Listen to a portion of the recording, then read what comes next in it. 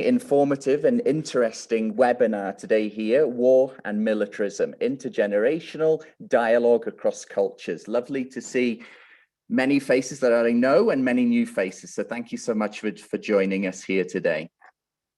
Let's begin with the end in mind. Let's give a sense of where we want to get to in this two hours. It's always good to start with the end in mind. The real focus of today is this: to try and spotlight youth perspectives on war and militarism, grounded in the real life lived experiences of young people themselves from Middle East, Asia, Latin America, and Africa. So we're going to be hearing the stories of young people who really live this day in, day out. So that's the overall kind of overall objective of today.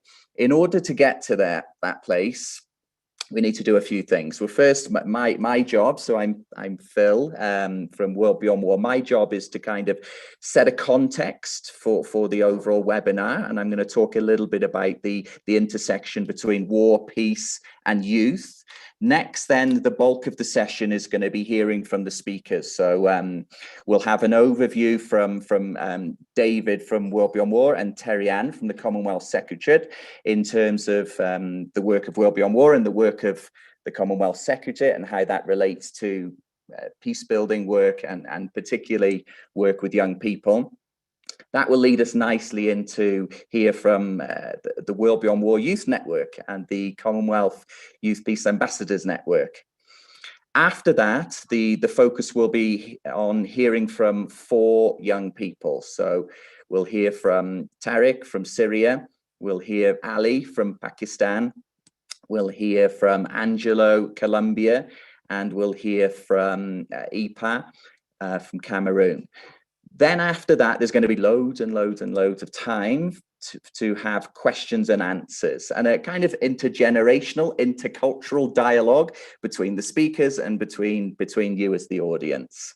So there's going to be lots and lots of time. And we want to wrap up always with this idea of, in webinars, there's many people are asking, well, what next? What can we do? So we want to give a few kind of highlights in terms of next steps and how we continue to be involved and engaged together. Our hope as this webinar is that our time together on the webinar will lead to more time together in the future. So that's where we're going. Before proceeding any further, we always want to do a bit of a shout out and a thank you. Thank you to all the World Beyond War colleagues. Thank you to the World Beyond War Youth Network. Thank you to the Commonwealth Secretariat. Thank you to CYPAN in particular and Christine Ordera for doing a wonderful job of working with us in putting this together. It's been a real co-creation in terms of putting this webinar together. So thank you. And thank you to all you, of course, for being here. Thank you so much. Before proceeding further, it's always nice to get a bit of a sense who's with us. And what we're going to do here is we're going to try something. We're going to try a poll and it's going to work. So cross our fingers. But before we get there, David, let's do something interactive. And I'm going to go off the screen here so that we can see each other. So this is all one big group kind of effort here. So I'm going to ask a question. And if the answer is yes, you can either put your hands up like this, or you can stand up, or you can shout if you have the ability to unmute yourself, or we can see you all shouting. Okay, make sense? Okay, so put your hands up, shout, or stand up if you are from the Commonwealth. Okay. Great. Okay, great. Okay, yeah, and you can put the thumbs up as well. This is a good, yeah. Excellent. Put your hands up, shout, or stand up if you are part of, work with, engaged with World Beyond War. Okay, great. Put your hands up, shout, or stand up if you are part of CYPAN, so Commonwealth Secretariat Youth Peace Ambassadors Network. Okay, great. Okay, put your hand up, stand up, shout if you are part of the World Beyond War Youth Network. Yes, that's as well. Okay, great. Excellent. Thank you so much. It's always nice to get a sense of, who's here, etc. Okay, so what we're going to do now, David, if you can share the poll, I'm going to put it on share screen to get a sense of the questions. But the first question we're going to be asking you is this. And hopefully in your own time you can answer. We want to get a sense of the age range of who's with us. So people are already starting to fill that out, which is great.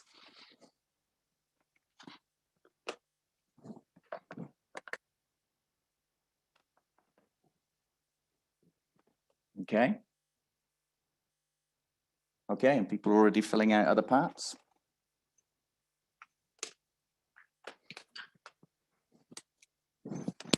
Okay, so let's give it a couple more moments to get a sense of who's here. So it looks as though the majority are over 50. We've got, 1% under 18. Okay, people are still completing. Let's give it a couple of moments.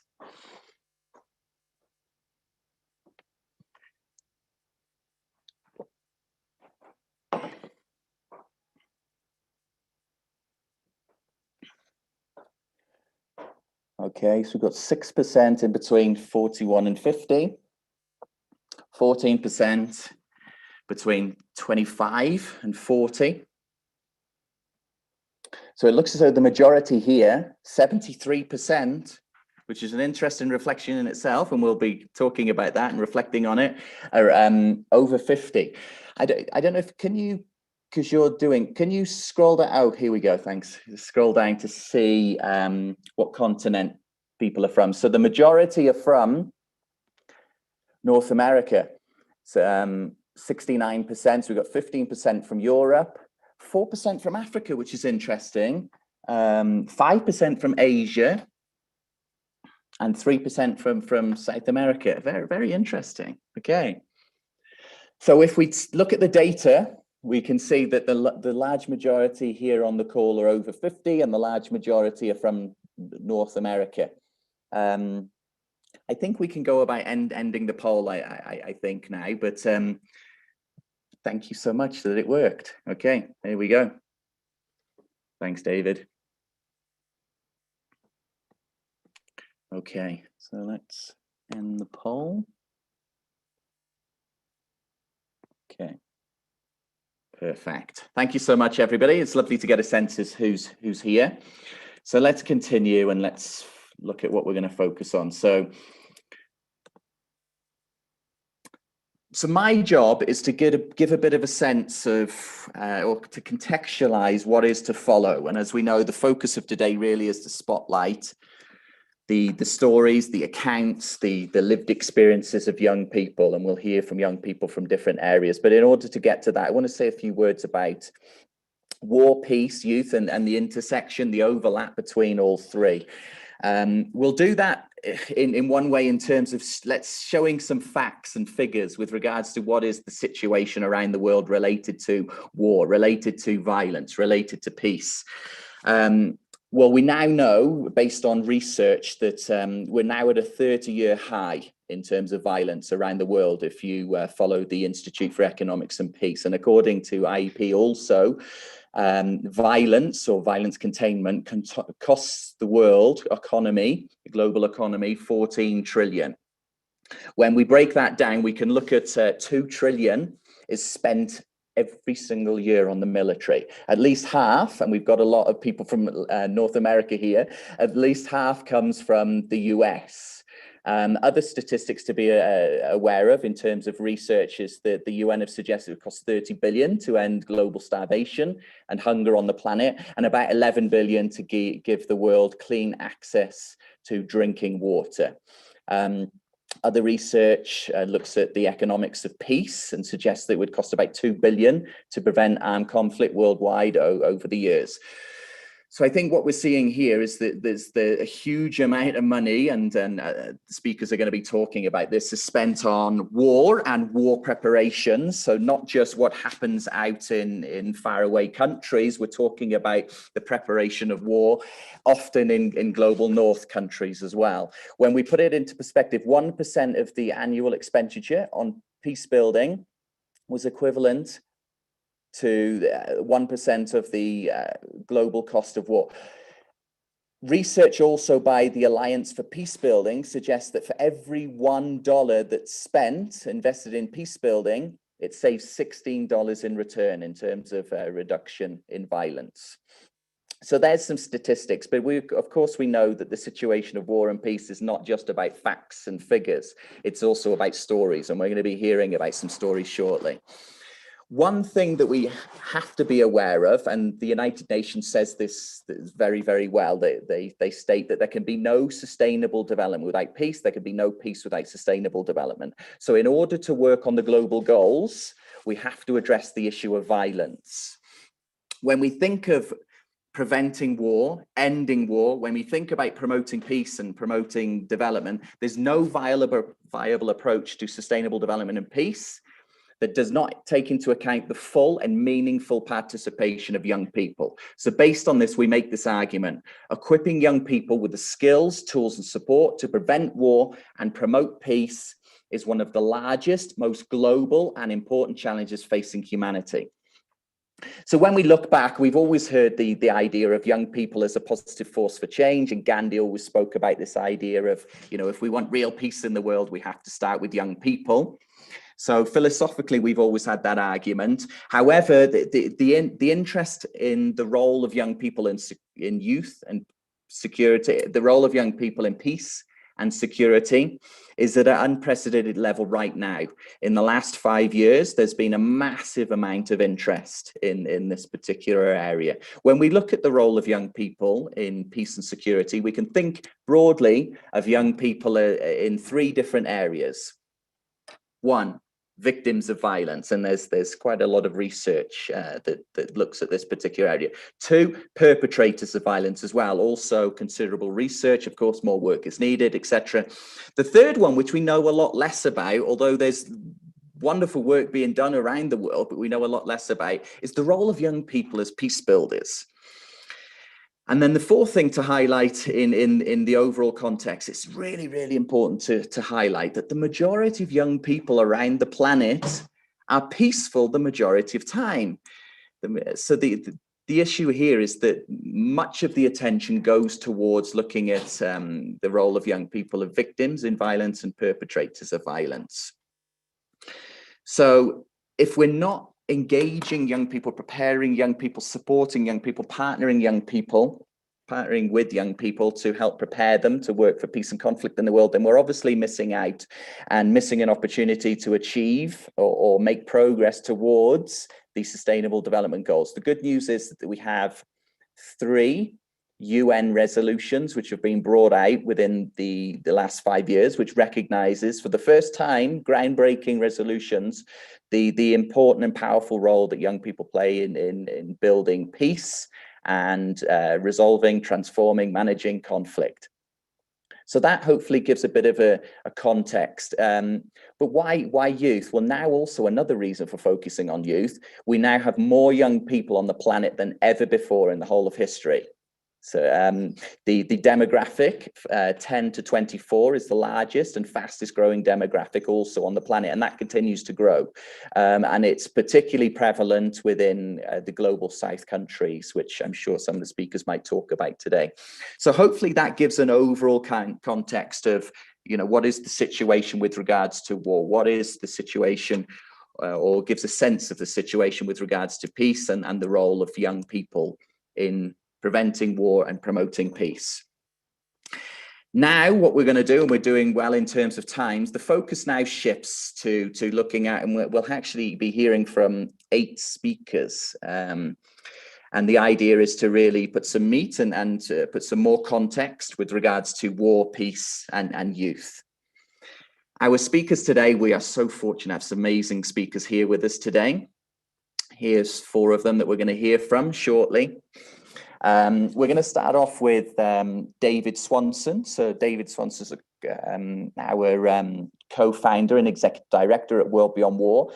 David's going to give a perspective more broadly about war, also the role of young people in this, and he will be touching also on military spending and give a sense of the rationale behind World Beyond War. And perhaps in doing so, David, you could talk about what we do at World Beyond War. So for those that might know, we're a global grassroots organization with membership in 190 countries. And our mandate is we are against the war system. So not just war in Syria, not just war in Afghanistan, etc., but against the whole war system. And David can talk in more detail about that. So without further ado, David, I'm going to come off sharing screen here. Thank you for being with us, David. And yeah, please feel free to share what you'd like to share. Thank you very much for including me, Phil, and thank you to the World Beyond War Youth Network, which is a wonderful creation that I hope I can be of some minor assistance with as we move forward. I did not prepare anything on what is World Beyond War. I thought I was supposed to prepare for a question related to Africa, but luckily I know what World Beyond War is, so I can tell you anyway. It's an organization that we started about 7 years ago. Mostly people from the United States started it, but with the vision of making it global, with global membership, global board, global speakers, global staff. And we're moving very rapidly in that direction. So we now have staff and chapter organizers and speakers and board members and advisory board members in many countries across the globe. As you can see from the poll we've already done, we are still disproportionately in North America. We've expanded to have an organizer in Canada who's doing terrific work, and our hope is in the near future to have a similar paid organizer in every part of the world. It's a question of money, not of the will to do it. So we're working on that. And of course, as you've seen, the peace movement in the United States, or at least the people who have time to do webinars in the middle of the day, is disproportionately older, old people like myself, which is in part who has the time, and in part the change in culture, the burst of anti-war activism slightly before my time, when the war on Vietnam was happening. I want to correct Phil, we're now at 191 countries from which people have signed the pledge, and this is the tool we've used from day one to build our membership, to build chapters, to organize people, to find out what people want to be involved with and don't want to be involved with, and want to hear about and don't want to hear about. And so we've used hard copy paper forms that you can download and used the website. If you go to WorldBeyondWar.org and click sign or pledge or declaration of peace, you see not only the opportunity to sign this thing that there are not very many countries left where nobody has signed it, but still most people in every country have not yet signed it. And then there's a series of questions that people check boxes when they sign it to indicate how they want to get involved. And we started this thing, you just tell me when to stop, Phil, because I can go for hours. We started this thing not because we were unaware that peace groups existed, but because we didn't see a peace group that was as global as the war business, which is truly global. And we didn't see a peace group dedicated to eliminating the institution of war. We saw groups interested in going after waste, fraud, and abuse, as the US Senate had a hearing on yesterday, or going after a particularly bad war so that our heroic troops can be better prepared for a better war that's more needed, and going after weapons that didn't work in favor of the weapons that would work and kill more people more efficiently.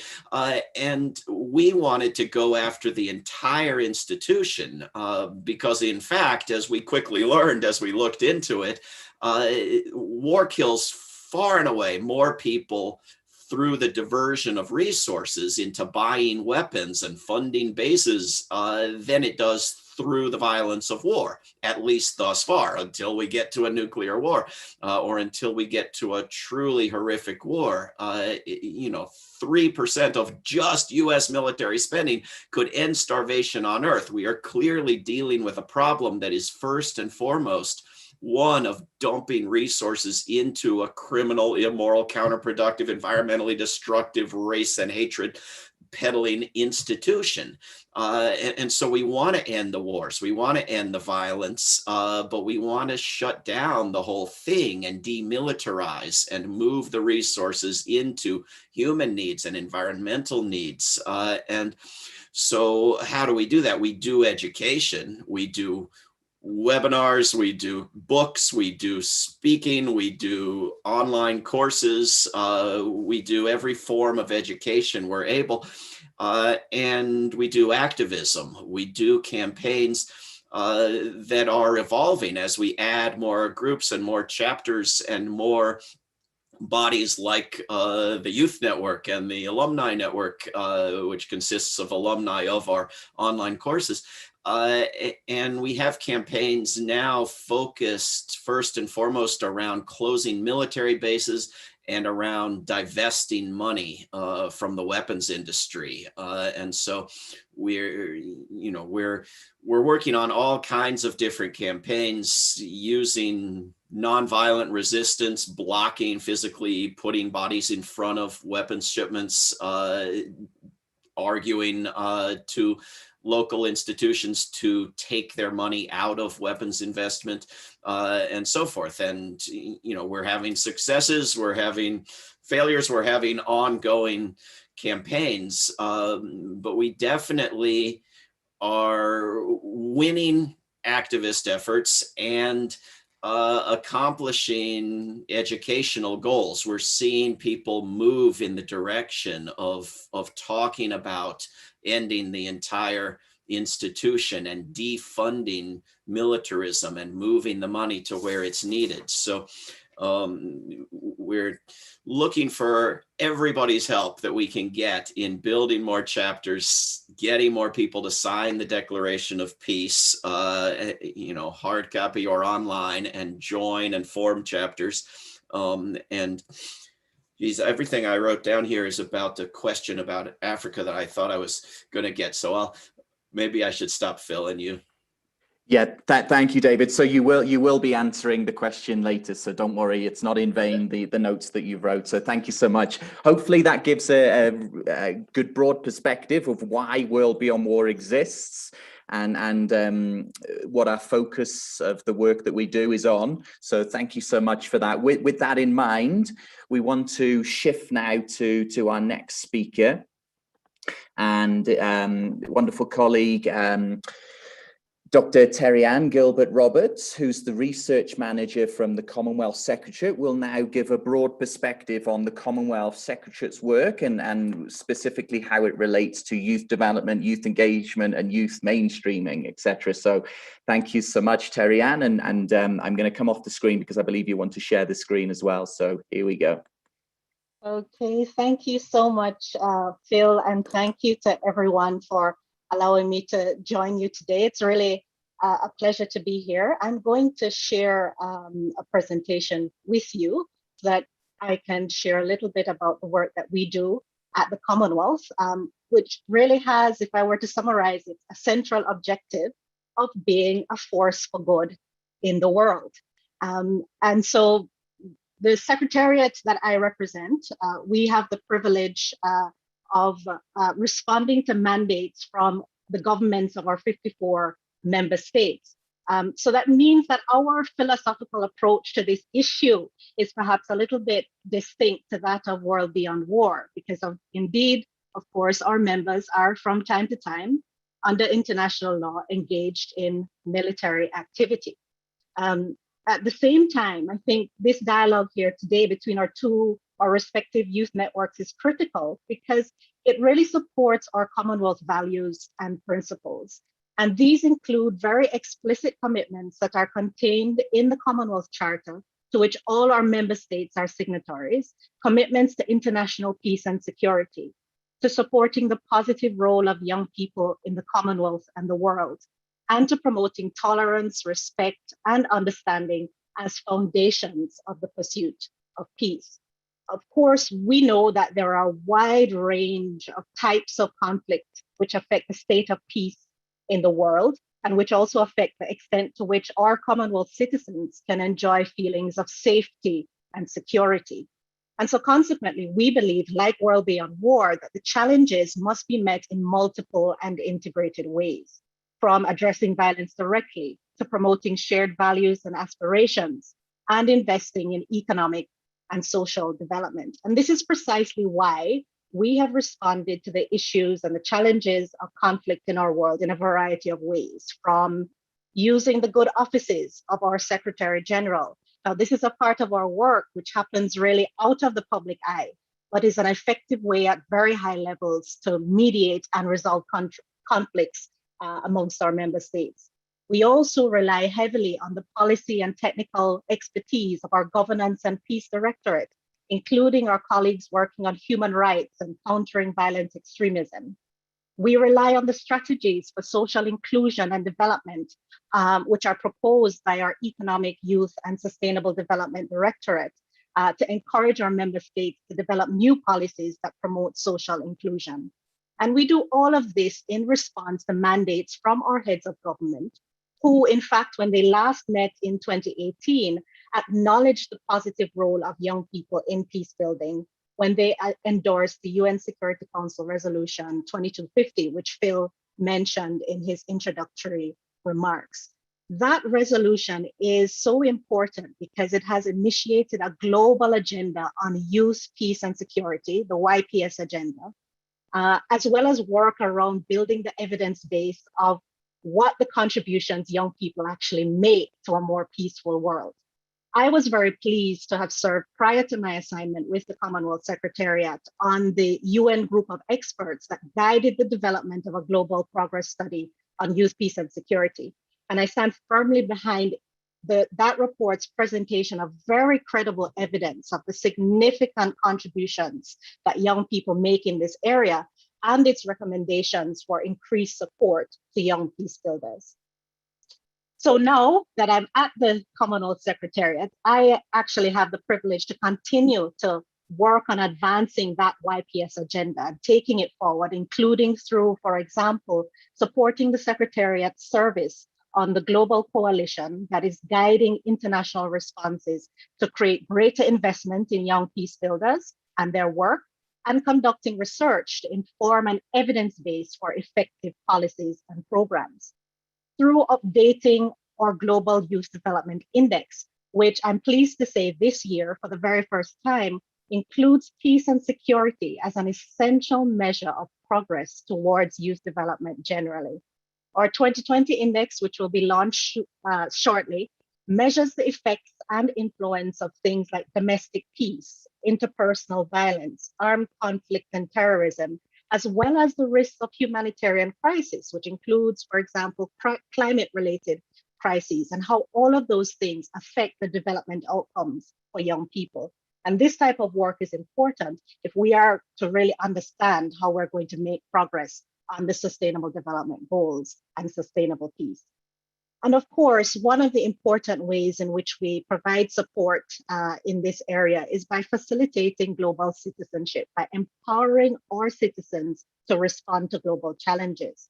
And our support to the CYPAN, one of the groups of young people you'll hear from today, is one of the important mechanisms for us that help us to increase collaboration, increase dialogue, and increase consensus building as we're trying to do today.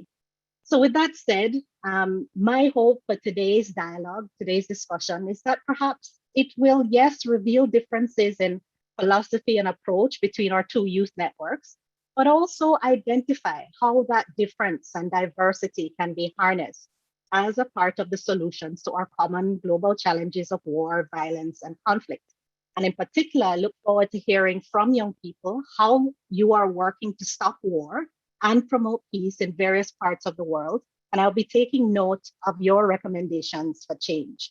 In particular, I'd like to know, what can we do as a Commonwealth to support young people and governments to work together for peace? And how can we, as the governments and people of the Commonwealth, continue to be a force for good? I think this is going to be a great discussion. Thanks so much. Lovely. Thank you so much, Terry-Ann, for a wide-ranging overview of the work of the Commonwealth Secretariat and how it fits in with and contributes to the youth, peace and security movement more broadly. Thank you so much. So, as Terry-Ann suggested, what we want to do now really is really move on to spotlight young people themselves, you know, doing wonderful work in many different places. We've given an overview or an introduction to World Beyond War and the Commonwealth Secretariat. Now, as both David and Terry-Ann spoke about, we have offshoots and our own kind of youth networks within these. So it's been a privilege to work with the World Beyond War Youth Network and contribute to this. When we were originally thinking of putting it together, the idea is that we wanted it to be co-created by, led by, with and for young people. And I can really tell you that the young people are really leading this youth network. And Chiara is going to talk now a little bit about what the World Beyond War Youth Network is, what the focus will be, the objectives, and very, very importantly, how people could get involved with this. So without further ado, Chiara, can you give us a perspective on the World Beyond War Youth Network, please? And I'll come off sharing screen. Sure, thank you, Phil, and hello, everyone. Indeed, I'm gonna introduce you really briefly about the work we're doing with the World Beyond War Youth Network. And first and foremost, we're a really young network. We started working on it just in December. And I would say so far things are going pretty well. And we are, first of all, a community of young people led by young people. And we support the mission of World Beyond War of ending war and establish a just and sustainable peace. So our main focus is indeed that of building up a concept of positive peace around the whole world. And most of all, we work to amplify the voices of youth and making them recognize how important they are in peace building and activism. And it's because we understood that most of the time youth are depicted as either the perpetrators or victims of war and conflict. But in reality, and it's a problem that many young people don't really understand, is that they are really the key to peace building. And this because we always hear youth are going to be the future leaders of the world we're going to live in. It is therefore irrational to think we're going to have an actual impact and make progress if young people from all over the world are not included in the process and in policy making and in advocating for peace. So our main aims in the network are indeed those of equipping and empowering young people from all over the globe with the skills and knowledge necessary to advocate for peace in their community. And at the same time, we aim to grow a movement and the network indeed, to get to know other people with their same interests and to establish friendly relations among us. Just in the board, there are a lot of people from Europe, from Latin America, and they were from Syria, India. So it's already a really diverse network. So we are looking for a lot of people to join in a way to learn from each other about our different cultures and aspects of peace and war, because obviously I'm Italian, so I've never lived war, but from other people, I'm learning a lot about reality and different realities, really, from different contexts. So if you're a young peace builder in this call and you would like already to join, I can send you either our emails if you would like to know more about it, or if you would like more information, or the sign up form. And how you can get involved, well, there are a range of ways so far. You can join us for webinars or for online events and learn from experienced professionals or peace builders already worked in the field, so learn from them. And at the same time, you can get to know, and as I previously said, meet other people who share your interests and who work in peace building. And if you would like to propose your own peace project, we would be happy to help with that as well. So if you would like to start working on something and you don't really know where to start, you can send us a message or an email, and we will more than welcome to help you find a way to actually build it up. Yeah, that's pretty much us, and we are enjoying working with World Beyond War so far, and it's a pleasure to meet so many young peace builders and peace builders and learn from all of you. So thanks so much for this meeting, and yeah, for your all great work. Thank you so much. Thank you so much for giving an overview, and hopefully during the presentation today, Shara can share information and links to find out a little bit more about the youth network. And for those that are interested, I'll just share here quickly. We've got a lovely little picture of some of the wonderful young people who are leading this effort, and a nice video to accompany it. And here are the three kind of broad objectives that we've kind of worked on together to think of what the focus should be. So equipping young peace builders, empowering young people to take action, and growing the movement. So thank you so much for that overview. We're going to move now to our next speaker, who's going to give an overview of CYPAN. In order to do that, we've got here Christine. Christine's not with us though, because there's been issues with regards to rain and with regards to internet connection, but she's with us in spirit. So when she's watching this, Christine, you're a superstar. Thank you so much for all the great work that you've been doing with us. Thank you, thank you, thank you. The good news is that we've got another superstar who's going to fill in for Christine and do a wonderful job. So Samuel, thank you so much for being here with us, and hopefully you can do Christine justice, which I'm sure you will, and give an overview of CYPAN, please. I'm going to come off the shared screen. And yeah, thank you for being with us, Samuel.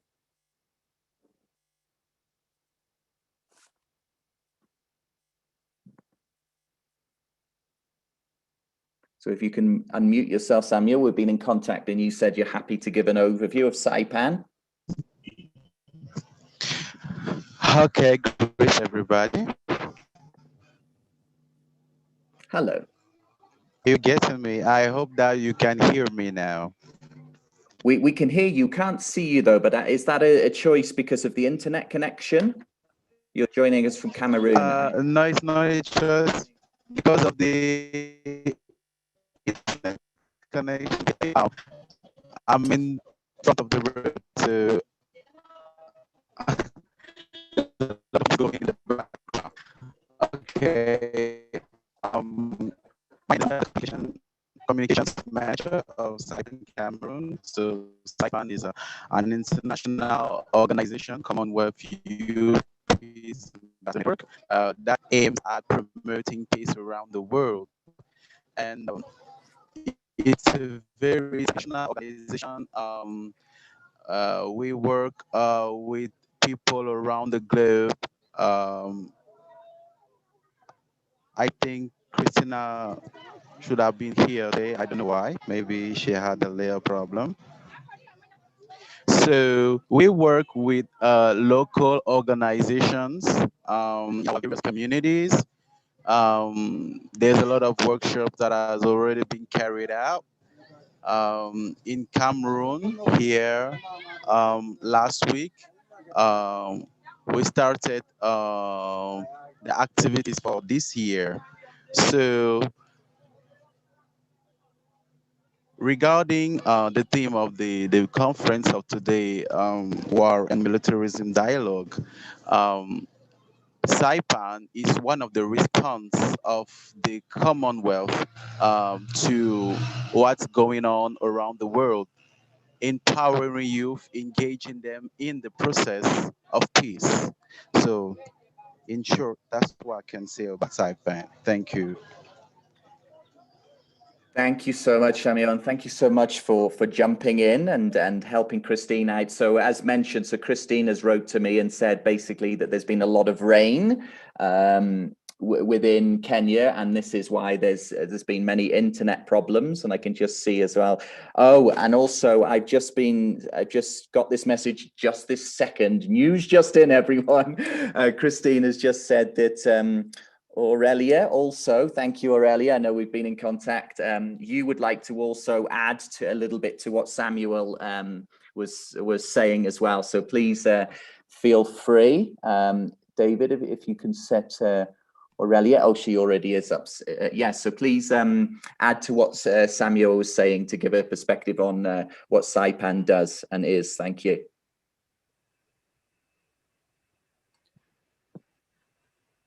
Phil, I can't find her, much less make her a co-host. Can you help me? She's a co-host. It's A.Bruce, so she should be able to unmute herself and talk, so it's fine. Well, she's not, but I will make her one. There we go. Oh, there we go. Yes, I can speak because I've been typing in the chat, but I guess I wasn't a co-host at that point. As you guys can see, I am not Christine, but of course, good day to you all. And again, apologies on her behalf. And so I will give a perspective from CYPAN. I should begin with saying I am Aurelia Bruce. I do work at the Commonwealth Secretariat, and I am the focal point for the CYPAN network. And CYPAN was launched in November of 2015, so just a little over 5 years ago, at the Commonwealth Heads of Government meeting in Malta. Again, youth leaders taking action had been around the table, and we recognize this commitment or this need to commit to the expansion of youth-led peace efforts across the various regions. To date, CYPAN is a network of over 500 young people across 54 Commonwealth countries. And the CYPAN works in tandem with the Commonwealth Secretariat to encourage and support young people who are not content with the narrative that young people are mainly either the perpetrators of violence or simply victims of violence. We've changed the narrative and promote the narrative that rather young people have agency, and that young people can be drivers of change and be peace builders, not just victims, not just perpetrators, but they can create and make change within their communities and their countries. Again, the CYPAN, from these Commonwealth principles, recognize that young peace builders have an important role to play in ensuring this asset-based approach is taken, and again, to ensure that youth participation mechanisms are developed and sustained within the countries, regions, and across the Commonwealth that we service. The CYPAN aims to bring together these young people to optimize grassroots engagement, national, regional, and pan-Commonwealth efforts to promote peace, respect, and those underlying issues that would prevent violent extremism. These young people range from community level activists, policy level or high level advocates, and even the creative sector.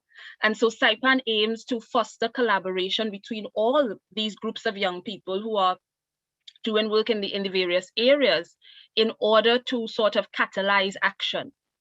And we recognize as well that in the broader scope of this youth development theme and youth development thrust, that access to opportunities and young people being able to take advantage of any socioeconomic gains that are to be derived from development, it has to and will only come in the context of peace. If there is no peace, if there is no security, then the socioeconomic development of young people will be hampered. It is a fact, it is obvious. And so in doing the work at the CYPAN level and engaging young people across the Commonwealth and sometimes across the globe, CYPAN has noticed that overall, a large portion of youth lack skills or lack the opportunity to be at the decision-making tables. And sometimes even when they aren't taken seriously as a valuable partner in solution building and in solving some of these global issues. And especially in a peace and violent extremism context, youth are disproportionately affected by these very issues. And so for us at the Commonwealth, as well as for CYPAN, it is essential that youth have this space at the table and that they have a hand in shaping the policies and institutions that directly impact their lives. And so as a youth-led organization, I can briefly cover some of CYPAN's work. Again, as I said, key to that is catalyzing action so that peace builders recognize that they are not alone. And not only that, but in working together and in bringing together some of the activities that they do, they're able to learn best practices and learn from the successes and perhaps missteps of other young peace builders. They are able to learn as well national best practice. So what works in a particular area, how can it be applied in my country context? And they are able to have that sort of peer-to-peer learning. So that is key to CYPAN's role. Otherwise, they look at resource mobilization, and this is at the national level as well as at the Commonwealth level, and sometimes it can be through other global networks like the Global Coalition on Youth, Peace and Security. CYPAN looks at developing policy recommendations to assist young people in their advocacy at the national and global level as well. And so some of the committees within CYPAN are particularly geared toward policy and advocacy development, both in terms of those policy recommendations, but also in building the capacity of the young peace builders to assess their local situation and put forward solutions. Of course, ensuring participation at national, regional, and global platforms that deal with peace and security is central to the work of youth mainstreaming and youth engagement on these issues. Monitoring in terms of what is happening in the countries and regions to shine a light and to, for want of a better phrase, keep the pressure on to ensure that the rule of law and human rights are sort of basic across the Commonwealth. And so the young peace builders monitor the developments in their countries and regions. And then, of course, to sensitize the public on youth, peace and security issues. And I think for us, that sensitization is sometimes, again, whether through social media or traditional media, and through their public platforms, and also through the webinars that they do or collaborate on, and of course, the training and capacity building element. And I will say that in the context of CYPAN and having this even pan-Commonwealth network, we understand and we recognize that even militarization and militarism has a different face in different countries, regions, and contexts, which is why a session like this, it was important for CYPAN to participate in, where we get different perspectives from across various regions. And again, we learn certain lessons from there. Of course, there are a host of other activities and engagements that CYPAN is involved in. Of course, if you are interested in participating in the country groups or even at the broader Commonwealth level, feel free to join the network, and I will put a link in the chat for everyone. Thank you very much. Wonderful, thank you. Thank you for the tag team effort there, Samuel and Jorge. Thank you so much. So we've moved now, as you probably might have seen, that the idea of the webinar is to move from, let's say, the broader, the general, down to the more specific. So we're gradually on that process. So having given an overview of World Beyond War, the Commonwealth Secretariat, and their respective youth networks, what we really want to do now is focus on and spotlight young people themselves. And what I'm going to do here is give an introduction to our next speakers. We're going to hear from 4 different speakers in turn. And then after, we're going to have some time to lots of questions and answers, basically, an intergenerational, intercultural discussion, connection, dialogue, etc. So our first speaker is a wonderful young peace builder, Tarik Laker, who's from Syria. He's a member of and doing a great job with all the other young people of the World Beyond War Youth Network. He's a dentist, an activist, a peace builder, etc. And he's going to give a perspective on the Middle East. So Tarik, when you're free, if you can please share with us what you'd like to share. Yes, thank you, Phil. Can you hear me, right? Yes. Perfect. So yeah, thank you. Hello, everyone. My name is Tarik Laker. I'm a dentist, I'm a peace builder, an activist from Syria, and I would like to talk about war from my own experience. You know, coming from the Middle East, conflicts have always been part of our lives. You know, pretty much since I was born, I have always read or learned about a new conflict erupting or is about to erupt in the region. Surely this was one thing, but living through conflict is a totally different experience. As you may already know, the conflict in Syria has been around for more than 10 years now. And if I want to present some numbers related, I would say that over the past 10 years, we have 6.6 million Syrian refugees worldwide, of whom 5.6 million are hosted in countries near Syria, that is Turkey, Jordan, Lebanon, 6.7 million internally displaced per people, and 13.4 million people in need of humanitarian and protection assistance inside the country. Those were the UN HCR statistics. Of course, but I'm not here to talk about numbers. I'm here to talk about personal experience. I guess that's what really is important nowadays. Of course, one of the factors that led to the Syrian conflict and war being so too long is how complex is it.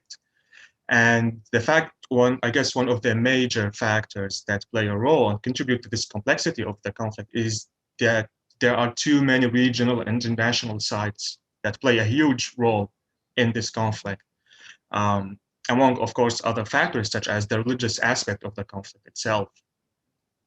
But it's always heartbreaking to me to say that my country has transformed into an international battlefield and a playground to try out new military equipment.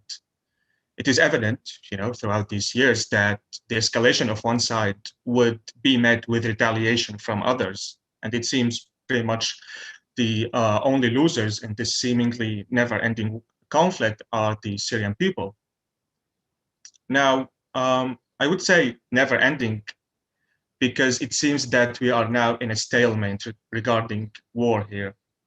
There are a lot of great peace building initiatives and youth peace builders around here, but the fact is that they have seen little success, in my opinion, and they are rarely sustainable. And for many, many reasons. If I want to quickly talk about those, for instance, first of all, peace building itself is never an ending job, never an easy job, right? Not to mention the active conflict going on, which makes it extra hard depending on the outcome of the conflict. And what I mean by this is that the winning side and its supporters would be less likely to compromise for a settlement when they are winning in war, they are advancing and gaining more land or more anything, benefits. Furthermore, most initiatives here rarely take conflict sensitivity into account. And this is partly because peace education is not very much known or being taught around here. A few international organizations operating on the ground regarding helping promote peace building and, among the public. And you may ask, why is that? Since it's a state of emergency. The fact is because everything here is being politicized.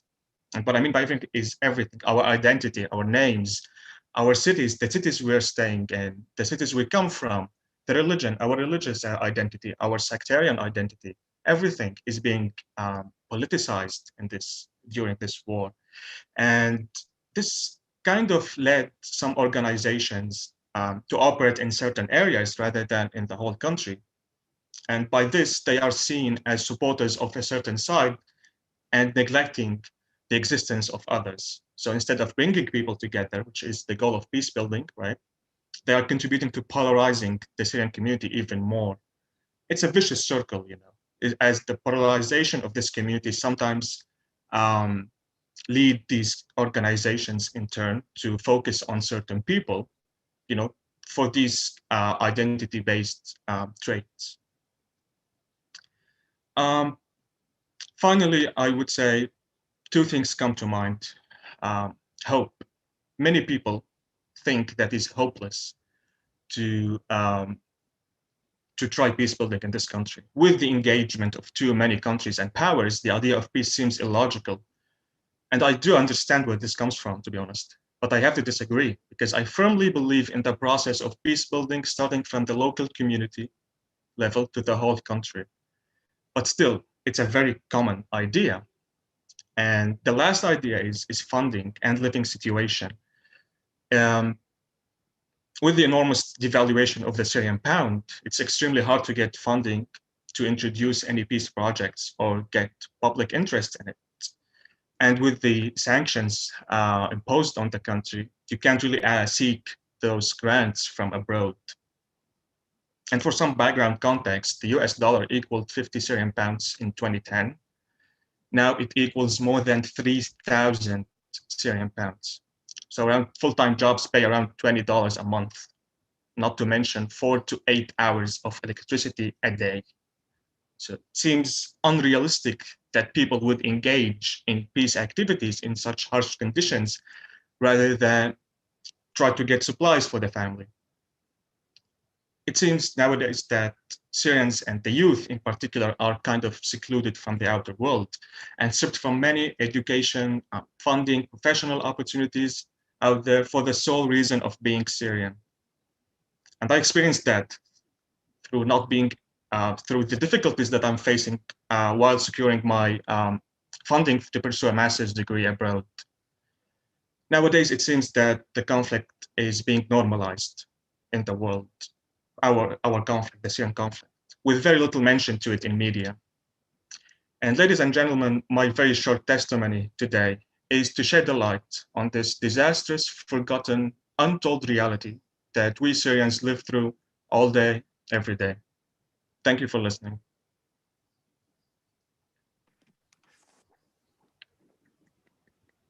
Wow. Tarik, thank you so much for an expansive take on what's really going on, for you in Syria. One of the things I really like there is that you did a wonderful mix of, follow the data. What does the data show? And you shared with us, some disastrous numbers in terms of how many people have been displaced, etc., from the conflict. But I think the real thing which probably touched many people's hearts here was the personal story that you shared with us all. So thank you so much for that. And in the process, you touched on many important themes related to peace building, peace education, context sensitivity, hope, etc. And your final conclusion at the end. Thank you so much. So thank you, Tarik. We're going to now move on to our next speaker. So having looked at a perspective, Middle East, Syria in particular, we're going to move on to our next speaker, Ali Asif. So Ali Asif is part of CYPAN. He's a program officer and training and committee member for CYPAN, and he's going to be talking about more broadly Asia, but I think in particular with a focus on Pakistan. So thank you for being with us, Ali.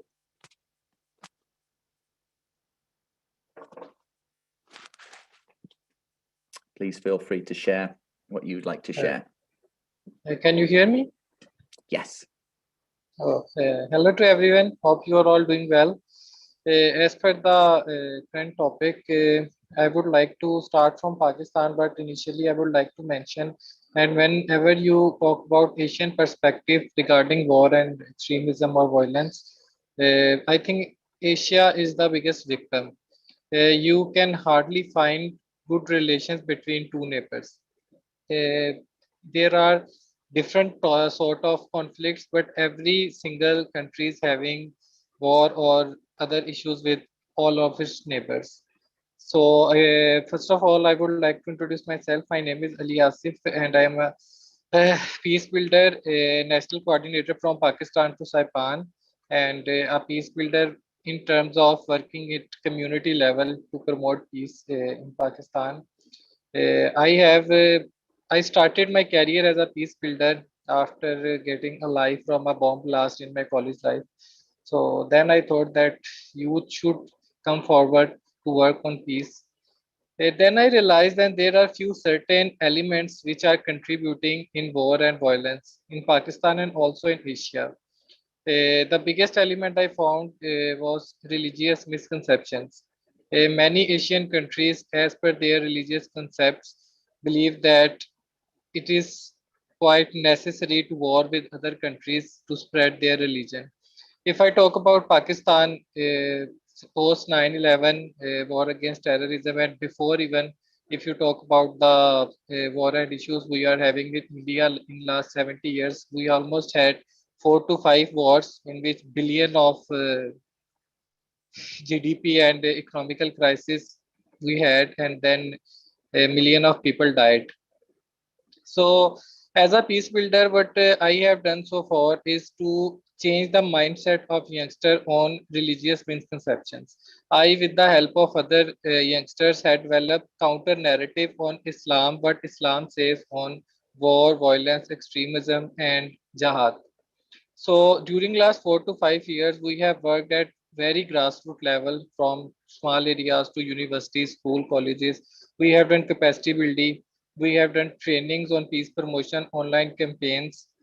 So and till now, whenever we had any activity to get feedback from our participants, it feels good to see that people have now started to realize that what will give them a good life is peace and prosperity. What happening in Pakistan and other is underdeveloped countries in Asia, that 80% of the total budget and GDP is spending on military equipments. Uh, what I think and what we believe the other peace builders in Pakistan is the youth and the common masses. They are the real key to solve these issues, and they have to put pressure on governments, on militaries to work on peace other than to keep on fighting with each other.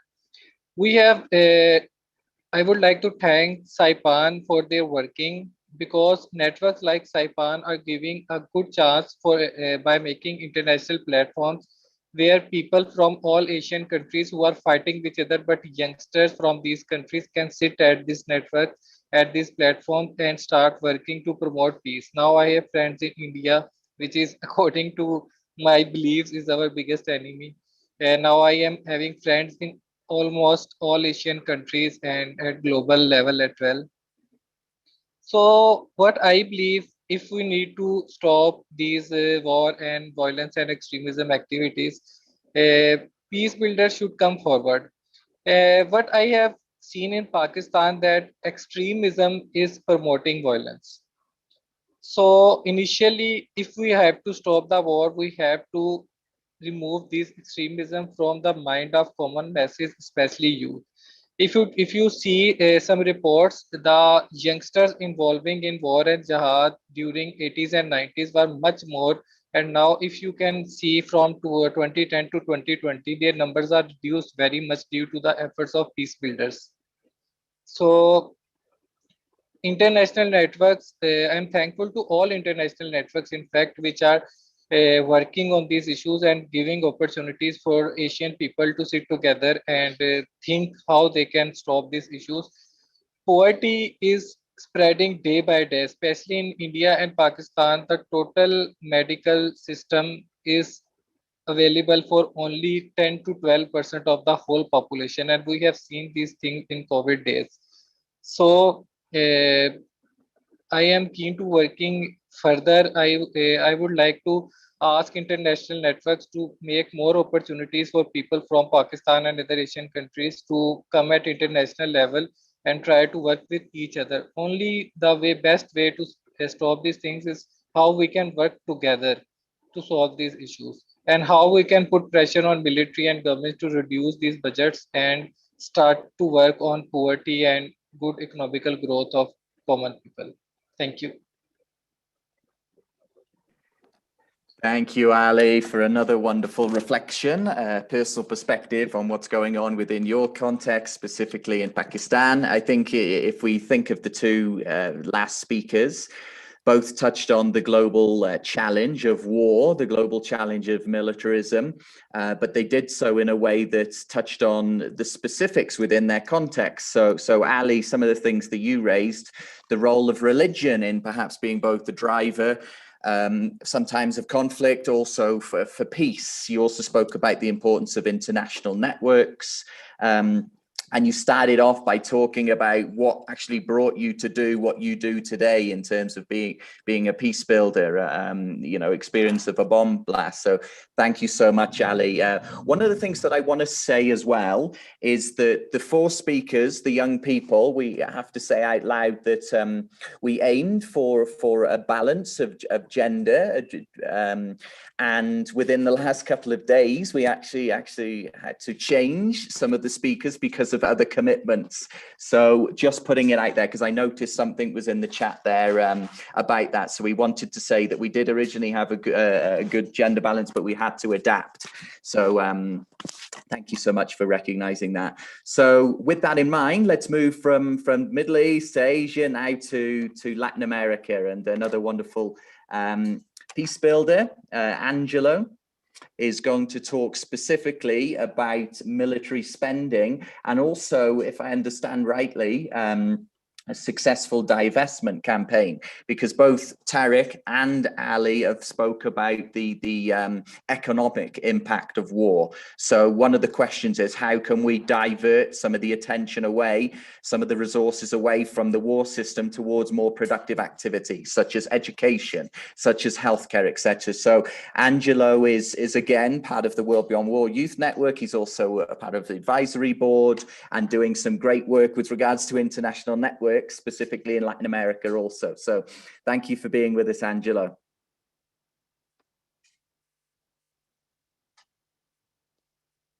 To unmute yourself. Oh, thank you. Thank you for the invitation again. So I'm going to talk a little bit about what David Swanson mentioned at the beginning about military spending. Recently, the new data from the Stockholm International Peace Research Institute, CYPAN, was back in April 26. It showed that the world at the moment is spending around $2 trillion, as we could see at the beginning. So I think this military spending is unreasonable, taking into account all the challenges that we are facing right now, including the COVID-19 pandemic. So I'm also part of the International Peace Bureau. The International Peace Bureau is running a campaign called the Global Campaign on Military Spending. So I joined this campaign in 2018, and this campaign has been pretty much organizing practice and different actions around the world, webinars, just to raise awareness on what will be the cost opportunity of that military spending. In 2018, I took the campaign to decision-making processes.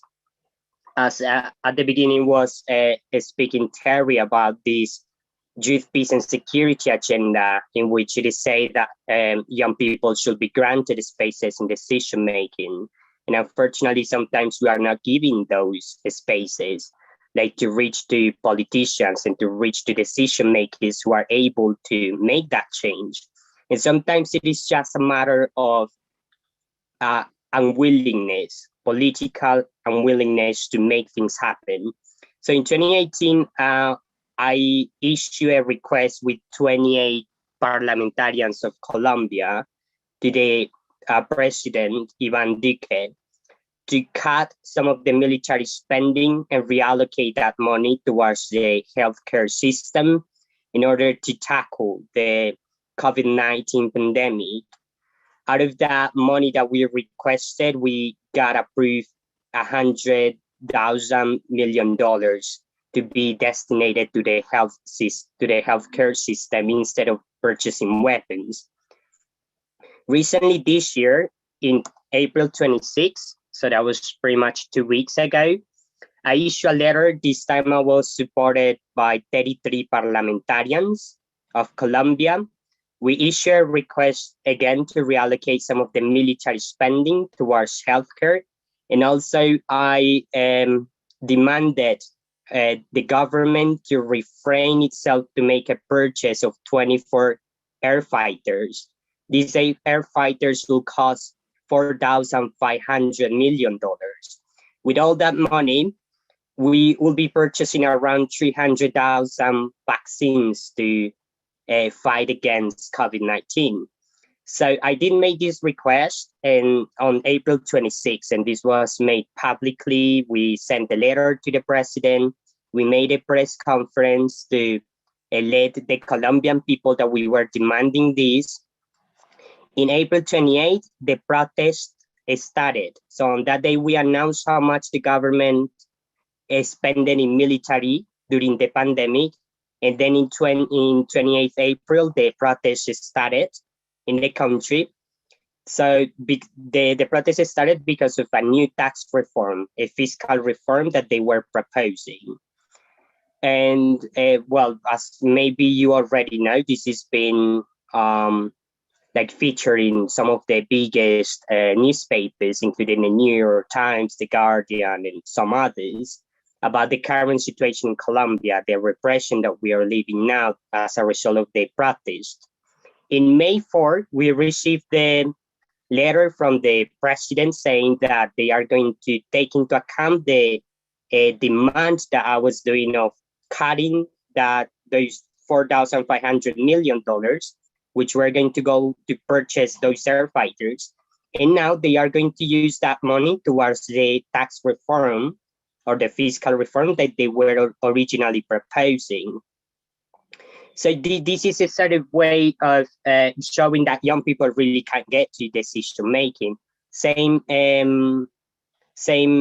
campaign. I was leading that one also with Chilean parliamentarians, and last year they were also able to pass a bill to cut military spending in Chile. As a result of these actions, I've been nominated to the Nobel Peace Prize 2022 by Colombian parliamentarians and Chilean parliamentarians. So this is pretty much a way to show that it is possible to divest money from the military industry towards healthcare, towards education. And I think this is the boldest solution really to what we need. We need to demilitarize security.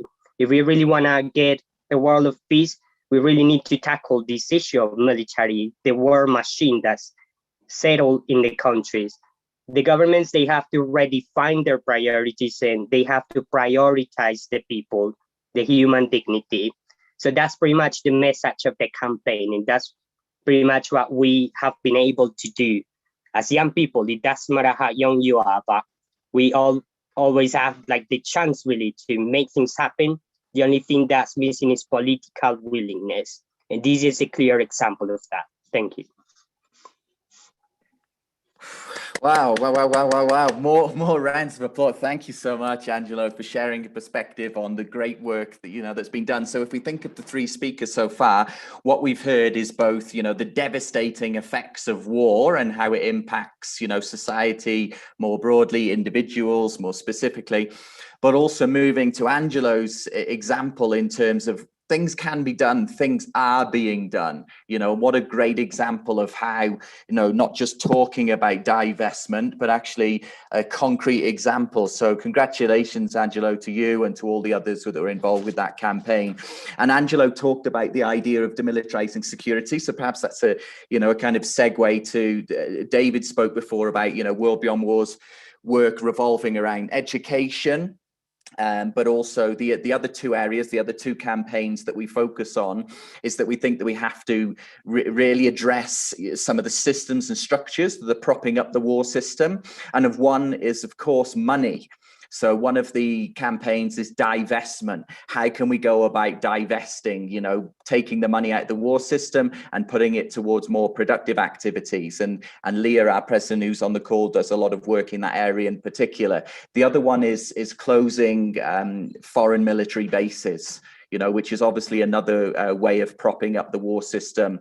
How is it that many, a lot from the US in particular, are still in other countries? So that's another one of our campaigns. How do we go about closing foreign military bases? So thank you so much. So thank you to Angelo. We're going to move on now to our next speaker, who's also another wonderful speaker as well. Ipa is going to give a perspective on Africa in particular and specifically Cameroon. So Ipa is also part of CYPAN. And a little fact that I found out the other day, Ipar also likes Aston Villa football team in England. So he was wearing an Aston Villa t-shirt the other day. So thank you for being with us, Ipar, and please feel free to share what you'd like to share. Good afternoon, everyone. It's afternoon here in Cameroon. So I'll be talking about the global perspective of Africa in terms of war and militarism.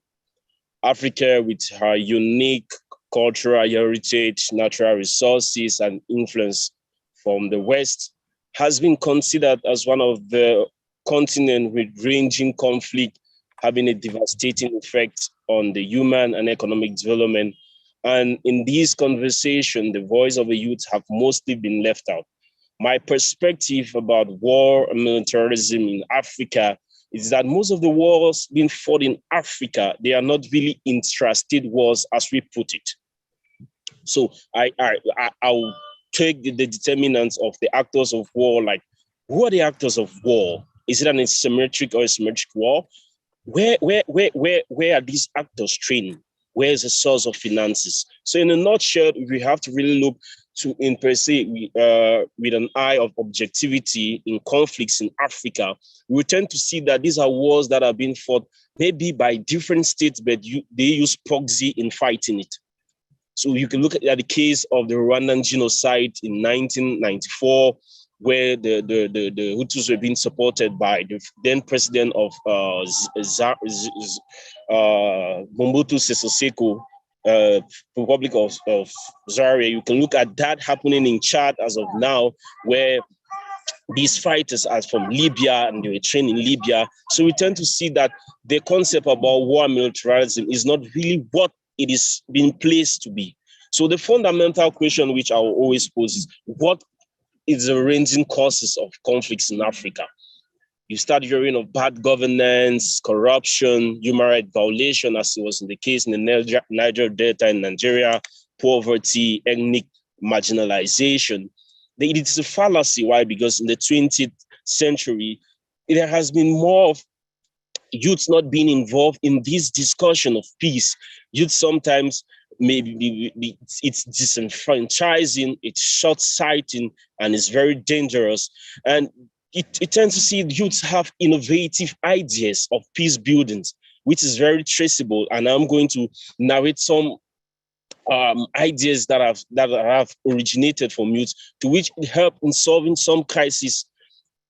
Vast literature has also proven that youth have this youthful energy that are faced with distinct risks during conflicts. They are sometimes recruited as soldiers. They are being exploited sexually in most cases and manipulated by political aspirants who want to benefit from the conflict. But in all this, the African Union in its charter in Article 17 has placed a great mandate on youth participation in peace building by promoting non-violence, the rule of state, in strengthening the capacity of youth through the organization of intercultural, interreligious learning, civic education, human rights education, promotion of democracy, mutual respect of culture, ethnicity, and religious diversities. There has been some sort of, despite this all odds, you've seen youths, organized groups of youth, musicians, lawyers, doctors, students, most especially civils, going into formal and informal setting, all to discuss peace. And there has been some effort by some states in ensuring this, and they have created a space for the youth to some government in engaging in politics and political processes. Like, for example, in Cameroon, there has been some efforts on the government in bringing youth, despite it's still very limiting. We have youth talking about politics, which was not like that before. There is a promotion of an education and culture of peace. I, for one, a personal testimony. I'm faced in Cameroon. We are having an ongoing crisis for 5 years today. And in 2018, I was kidnapped and I was asked for ransom. And when I left I was going to school early in the morning, very early, and on my way to school, I was kidnapped and I was asked for ransom. My parents had to give Pops in some money, and I was released at the end. And when I left out, my whole mind was transformed. Particularly, it was youths of my age you tend to see youths of my age, instead of preaching peace, they were carrying guns, and they had to emanate to the level where I was a victim. And when I left, I came back. I thought of what I could do, and in that process, I had to initiate a program in the department, which in my department in school is student-led initiative, which is an annual lecture on peace. It's called Thabo Mbeki Lecture on Peace in Africa. As it served as a ground to which we could call back youths and train youths about the culture of peace. So there have been some promotion from youths, youths in preaching peace. There has been support of this youthful vision. But with all these ranging conflict and youth trying to set in, there is a fundamental question which has always kept me perplexed. It's that the African Union, in its bringing of the silencing the gun campaign, there has been more shootings than even before. There has been more violence than even before. Violent extremism has very early human rights. It's very human rights violations, very practical. But with all this strategy, so the concept about war and militarism in Africa, it's a bit very trivial as opposed to that with the West, as Africans who place more interest in border-related issues rather than in the national interest. Wow, thank you so much, Ipa. We are just so blessed today. Another powerful, inspirational reflection. And, you just dropped it in there. And I can see in terms of the comments, that you mentioned you were kidnapped and then ransomed. You kind of just dropped it in there. I mean, thank you so much for sharing your story, and thank you so much for giving a perspective on what brought you to do what you do in the world. Some of the things you very much did a great job in highlighting, piggybacking off, Terry-Ann, Angelo, and others that have spoke about the problem of youth exclusion and the importance of including young people more in peace and security decision-making, planning, and peace-building efforts. You very much did a great job of highlighting that and giving a specific example of the initiative that you started. Thank you so much for that. And I know that you're going to have a question shortly for David based on the Silencing the Guns campaign, which we're going to come on to shortly.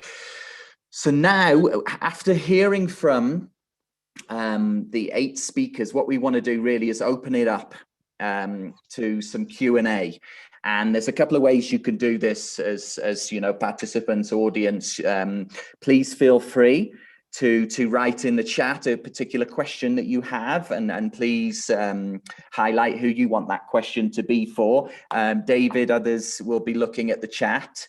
Meanwhile, while you're doing that, I know that we have a couple of questions already. So, Terry-Ann, you raised a question earlier in your presentation. I wonder if you could raise it again, because I know it was something that you really wanted to ask people for, because you really are looking for the same as in the Commonwealth Secretariat, the same as us at World Beyond War. How can we better support young people? How can young people better tell us how we can better support young people so that we can better do our work at World Beyond War at Commonwealth Secretariat? So do you want to ask your question, please? Sure. Thanks a lot, Phil. And that's exactly the point. I work for an arm of the Commonwealth, the Secretariat, that works directly with our governments, and we work with our heads of government, our ministers. And I wanted to know, what message would you like us to take back to those ministers of government who have authority, power, and control to take decisions? What message do you want us to take back to them about how we can support you to continue doing the amazing work that you do? Yeah, so I wonder if targeted, would that be of any of the young people who were the speakers, or yeah? So please feel free to unmute yourself and provide a response to what Terry-Ann was asking. So that's either I could Angela. ask a question here. So, can you answer, Tarik, the question that Terry-Ann just asked? If you could answer that one. Yeah. I wonder nowadays, I mean, with everything that's happening, what's being done to ensure that youth peace builders are getting the support they need and being put in decision-making positions around the world? You know, you said you were affiliated with the Commonwealth, so I guess, you know, that includes a lot of countries in it. So I would like to ask, from your own experience, you know, through the Commonwealth, what has been done in promoting youth peace builders and facilitating their work, each and you know, through the world. Thank you.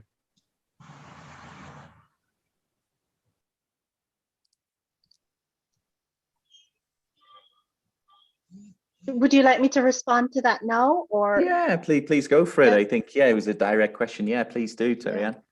Thanks a lot, Tarik. I think, you know, that's such an important question, and I think it strikes at the heart of what this discussion is about. The support for young people's participation in peace building is not just about their participation in resolving conflict at various levels. It's about their participation in society generally, meaning that there must be space for young people to be involved from the local levels to the international levels on issues that are traditionally seen to be quote unquote youth issues like education, sports, and culture, as well as other issues related to how resources are used within the country, the economics of it, the security issues, and so on. And what we do know within the Commonwealth and outside, there is still a lot to be done to increase the spaces for young people, or to expand the space for young people to participate. For us in the Commonwealth, through the Commonwealth Youth Program, which has been operating since the 1970s, we have a wide range of networks, including the CYPAN, through which young people can speak directly to our ministers and heads of government about the change that they want to see in the world. And importantly, we adopt a strategy of what we call youth mainstreaming. Now, youth mainstreaming is about taking into account all the factors that affect the lives of young people, and also taking into account that young people should have the opportunity to speak and voice their opinions on all matters that affect them.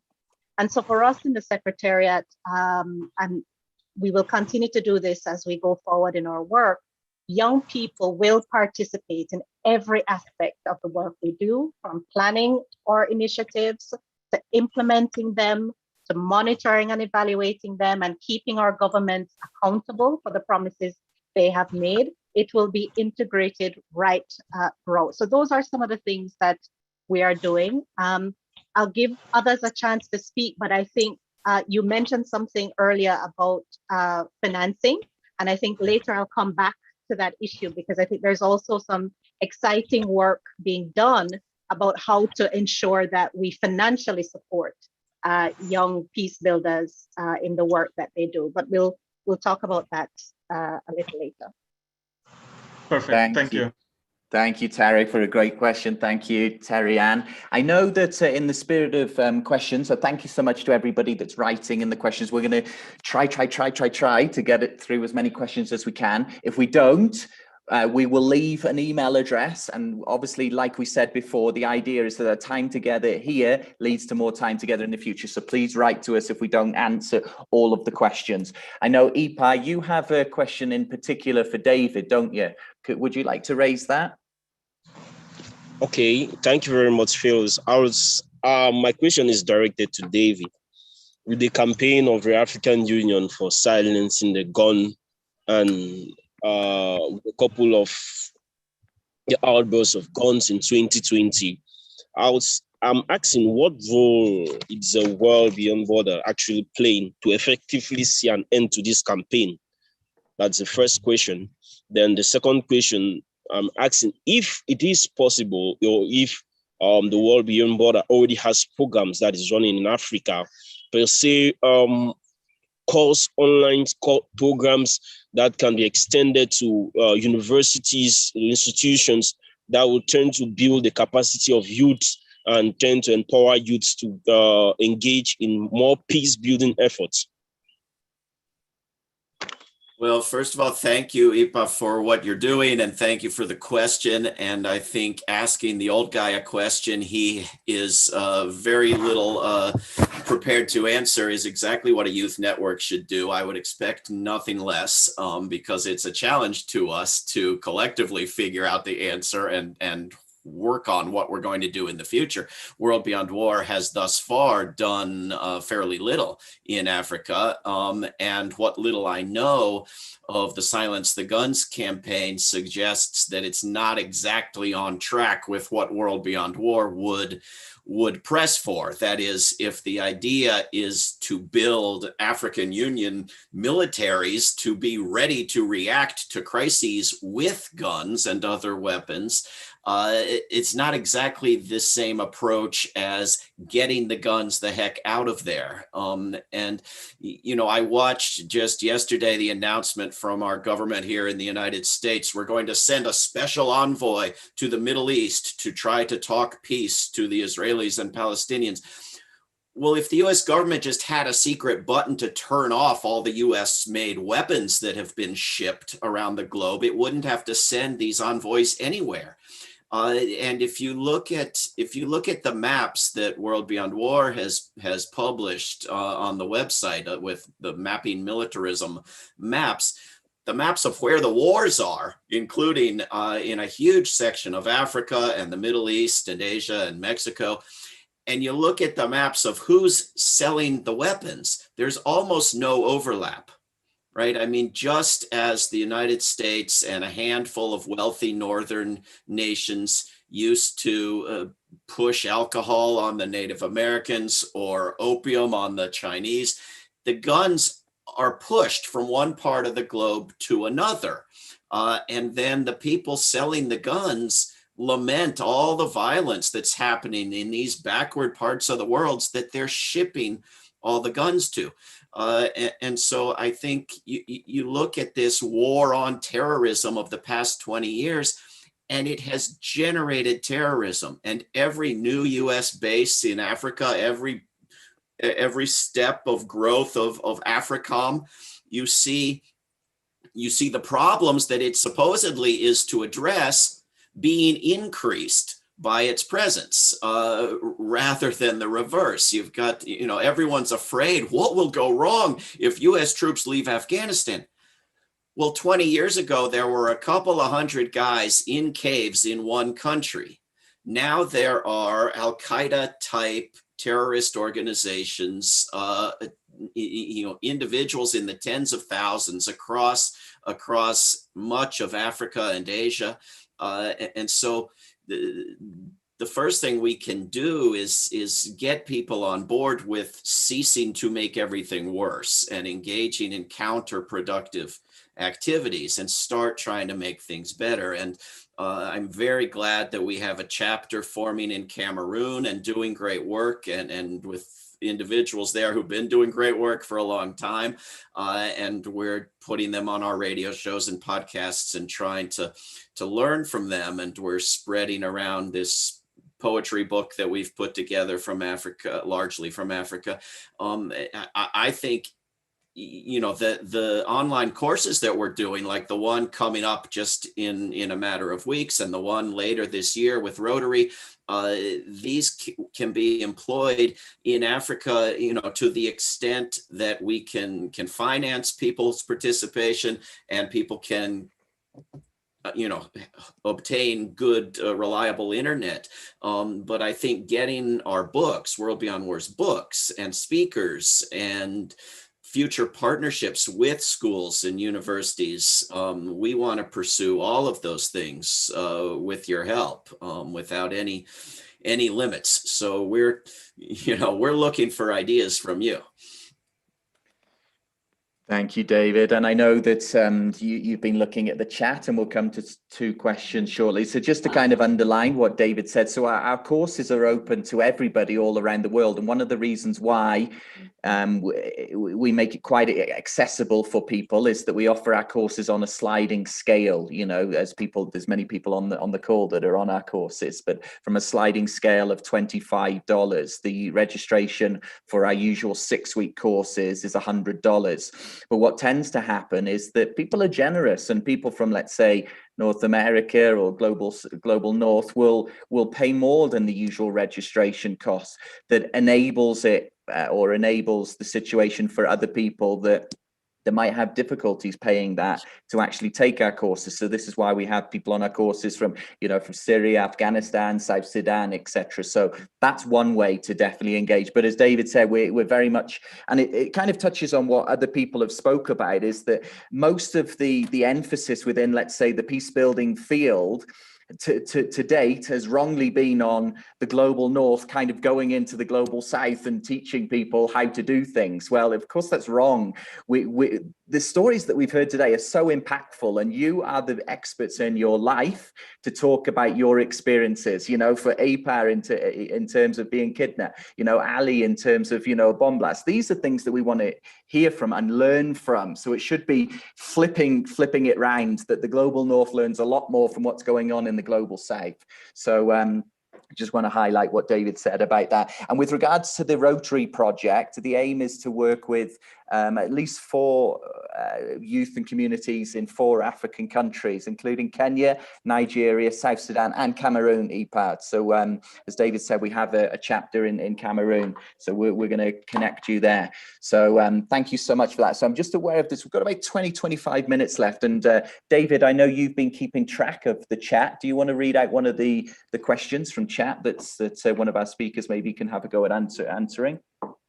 Well, I've got at least 6 going here, and I haven't read through the whole chat yet. So I'll give you as many as we have time for, and we'll try our best to get people answers afterwards as well.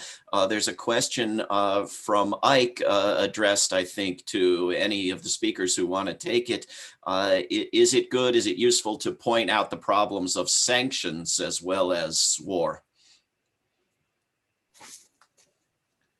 Yeah, I can take that. Obviously being yes, but does somebody want to speak? Yeah, sanctions, I mean, definitely played a huge role on limiting our ability to find opportunities online or offline, by moving actually somewhere, or even online. I mean, this very program, Zoom, doesn't work in Syria, and I needed a VPN to get it to work. So a lot of other websites really that really doesn't make much sense to put it on sanctions, such as Coursera and other platforms for educational programs and courses, but they are there. I mean, and obviously that also puts a limit on other programs that are offline, so that you need to move to do it, because it's a very, very thin chance that you would be able to get those. And I mean, I don't know if you noticed, but Syrians were prohibited from entering the US for quite a while during the previous administration of President Trump. So that's something also worth mentioning. There is a lot of, I mean, the point that the problem of sanctions and the topic is a huge topic, and it's a standalone story itself, regardless of war. Thank you, Tarik. I don't know if somebody wants to add to that. Another one of our speakers can talk from their experience.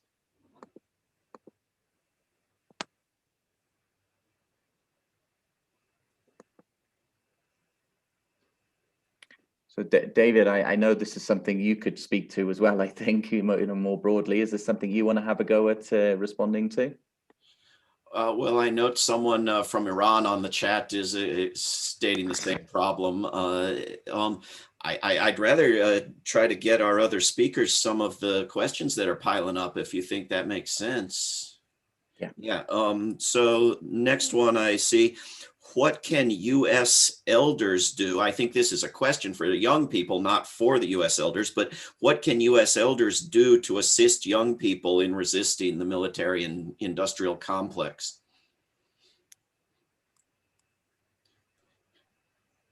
That is, what can we old people do that we haven't already thought of that occurs to you young people? Well, I think I can give a shot to that. And I think it connects also to Tarian's previous question about how the government actually can help us with that. I personally believe one of the major problems is confidence in young people, because I mean, the Convention on the Rights of the Child got established not a huge time ago. So it's a really recent development. And until a few years ago, children weren't even recognized as rational beings who can think and choose for themselves, if you can say that. So that was a huge step forward already. But what I think is that, well, first of all, many young people, I think, are a little bit upset about the government. Maybe they're already a little bit overwhelmed by the situation they live in, regardless of whether we're talking about a situation of conflict or not.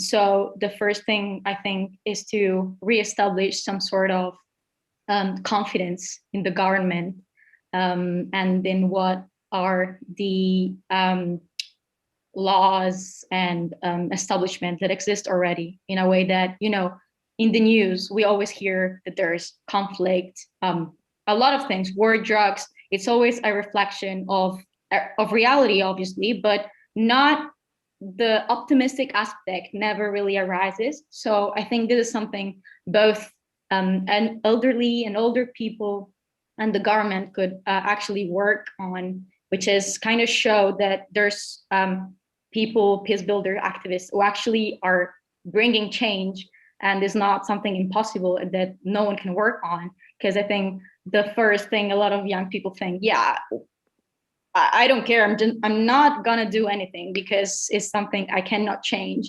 So I think that's a big step. So making young people recognize how important this is, that they actually take steps for that, because there's someone already who has lived through the same situation or even worse and has learned from that and has created something which is better. So maybe we could think of creating spaces for young people, first of all, so that they can share their experiences, and the government and elder people could explain what their own experiences are, and you know, empower them. Just, I think the biggest thing is that. So inspire confidence and make people and young people realize that if they take small actions, that they can still make a lot of progress. Yeah. Maybe worth noting that there is one country that's not party to the Convention on the Rights of the Child. So the question being about that country, maybe people in the United States could try to become the final member. And there also was a bill introduced in the US Congress yesterday to deny Israel the right to use US free money from the US to imprison and torture and kill children. Go ahead and do it. Just don't use US money to do it. We'll keep giving you the billions of dollars. Just, you know, please use different money when you're torturing children. So that, you know, that's this kind of step that you can imagine Congress actually taking someday. So one idea. Should I ask more questions from the chat, Phil? Please, yeah. Mary Grace had a question. How can we push the educational systems to change in terms of educating young people about peace? And how can we push local and state governments to change policies on educating young people and preparing young people for peace work rather than military work? Maybe I could take that one. Hi. So I think this is that's sort of like a systemic issue, because at school, I don't think that we have, maybe I think human rights subject or peace subject should be implemented in the curriculum and make it mandatory, or maybe a sort of, I think that educational system has to be switched. First of all, because, well, I'm not sure about the other countries, but here there is lots of pressure on young people when they are like about to graduate from high school to go on military, to serve the military forces after they graduate. And maybe I think our government say invest lots of money doing propaganda just to do that. So I think trying to switch that, and maybe this is one of the reasons in most of the countries, peace education is not part of the curriculum, because maybe they will lose forces, or they will lose young people who will be willing to die in a war that probably they have not organized, but it's been organized by those in power. And that's the saddest thing, that young people is affected by the decisions taken by those in power, but they are not given a voice like to reflect or to have a say about those decisions. Because war is not something that we demand, war is something organized, and it's organized by those in power. It's organized, and we don't have even a seat on the table to say what we think about war. So I think it's an structural issue, and it's something that has to go through, I think, a policy or maybe a bill on implementing peace education as part of the curriculum. Thank you, Angelo. Can I just kind of piggyback on that and just kind of point out two points? Totally agree with what Angelo said. You know, it's into a structural issue. So we have to look at policies, procedures as well. And also it's about individual agency as well. So teachers, you know, around the world that are interested in kind of inviting, you know, people like WorldBeyondWar and other people that are doing peace education into their classrooms, into their colleges to speak, please reach out to us. So there's one thing. Another thing is that with regards to, you spoke earlier, Angelo, about political will. And I think that's really interesting. And we can see kind of parallels with the YPS movement as well. The challenge is always, how do we move from a policy movement to a people-powered movement on the ground, right? Well, that's the same in terms of peace education. There was some research done a couple of years back, a peace poll, which reached out to 100,000 people plus in 15 different countries, ranging from relatively peaceful right through to conflict affected countries, asking governments and civil society, you know, what is needed in order to try and bring about peace in the world. And actually number two on the list was peace education, which was recognized across the board as a critical role for bringing about, you know, peaceful societies. So of course the next step now is, you know, putting what's the saying, putting the money where the mouth is, you know, and actually investing in this peace education. So there's good work being done on that at the moment.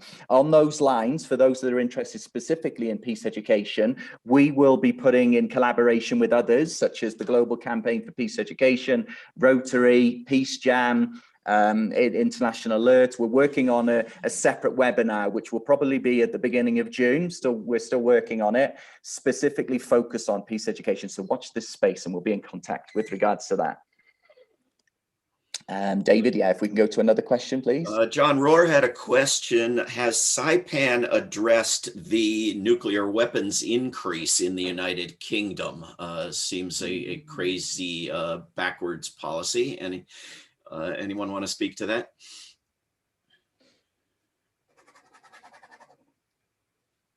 Has anyone else addressed this development in the so-called United Kingdom? I can just speak to that briefly. It hasn't come up. I can say that unfortunately it hasn't come up.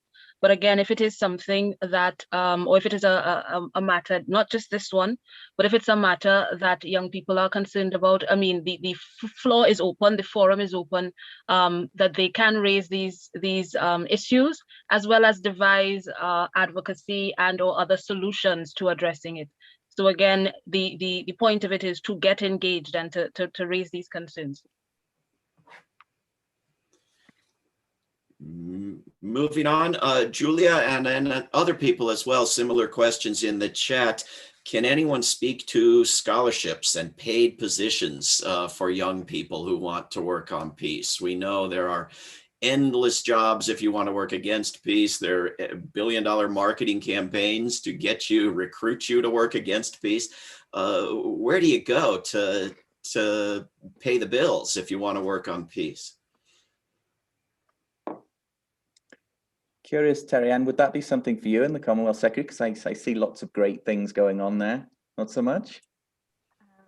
Well, we can't offer any scholarships or internships, but what I can say, and something I'd like to share with you, we mentioned earlier the Global Progress Study on Youth, Peace and Security that was published in 2018. And that report made a recommendation that a fund be established to support young peace builders around the world. And the group of experts recommended that 1.85 billion as a sort of symbolic number, a fund of 1.8 billion US dollars be established to support young peace builders to represent each of the 1.85 billion young people who were in the world at that time. So $1 for every young person. So now we find ourselves, we are 4 years, 5 years beyond that point in time, and the fund has not been established. The fund was meant to be established by international partners, member states of the United Nations, and so on, and nothing happened.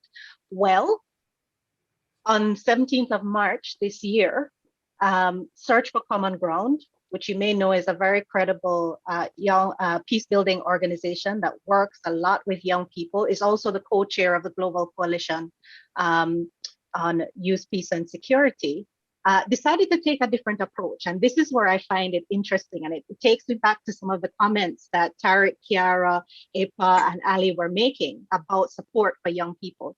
So rather than wait for the international community to respond, they have adopted a sort of crowdsourcing, crowdfunding model. And the Youth, Peace and Security Fund was actually established on March 17th this year. I'm going to share the link in the description. And it's crowdsourcing funding from any person in the world who wants to support young people who do good work to support peace. You can give a small donation of $1. You can give more if that is what you want to do. So whoever has the capacity can now actually support young peace builders directly. But secondly, the interesting thing about this fund is that in itself, it's seeking to change the way we think about how young people access funds. You know, in the traditional system, we get young people to compete against each other for grants, you know. So those who are perhaps mostly from the North or the West will get access to the resources more easily than those who are in the global South, because they have the capacity. They speak largely English, and so they gain capacity, you know, more easily and can access the resources by applying for these grants. This new fund is going to operate in a totally different way. One, the youth organizations or the young people who will benefit from this fund do not need to be registered in their home country. So it means that if you're a young peace builder who is working on issues that bring you in conflict with your government, and therefore your government will never register you, you will still be able to access the resources from this fund. Secondly, it is not going to pit young people against each other to compete for the funding, but rather to support them to work in cooperatives. So where, you know, 5 or 6 or 20 or 100 young people from a particular area apply to the fund, they will be organized together to work together, develop a project, proposal, whatever activity it is. And that activity, rather than the individual, but the activity for change will be supported by this fund. And I think interesting models like that need to be replicated in different parts of the world. I will share in the chat the link to the Youth, Peace and Security Fund. So those who want to explore it further and learn more about the model can do so. But I think that's an encouraging start.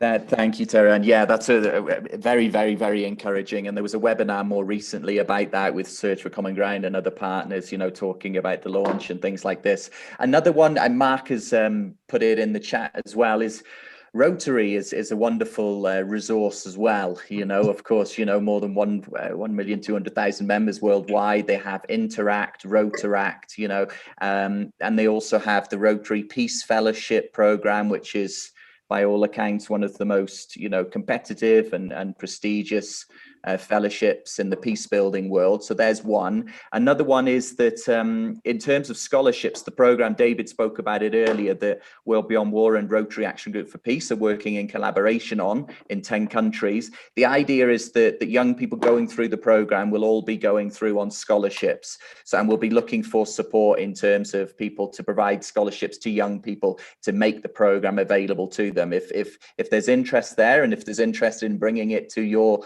area, please reach out to us and email us, etc. I'm very aware of the time. We've got about 5 minutes left, and we wanted to finish off with some kind of next steps, you know, for people are thinking, we want more, what else, to kind of say out loud, here's some other things that, you know, you can get involved with in terms of what the Commonwealth Secretariat are doing and what World Beyond War are doing. So if I can go through them quickly, and then if there's some more time at the end, we can perhaps take questions. But I really wanted to, we want to be respectful of your time. We were aware that it's been a 2-hour session. What a wonderful session. And before we kind of say thank yous to everybody, let me just share and say out loud some kind of concrete next steps which might be of interest for people knowing more in terms of, you know, okay, so what's the next steps? Well, here, how else, you might be thinking, how else can I get involved in peace-related activities? Well, World Beyond War and Commonwealth Secretariat offers a number of ways to support their communities, our communities. One is, as Chair and others have spoke about, the World Beyond War Youth Network, and also the Commonwealth Youth Peace Ambassadors Network, which Terry Ann and others have spoke about. Please, doing some wonderful work around the world. And for the Commonwealth, in the Commonwealth area, please reach out. And I know that information's been put in the chat. Another one is our upcoming annual conference, which promises to be a wonderful global gathering of peace activists, educators, advocates, etc., happening at the beginning of June. So No War 2021.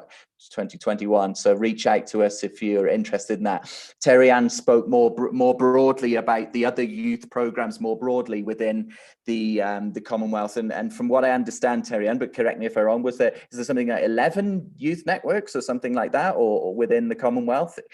So many opportunities for young people who are interested in getting involved.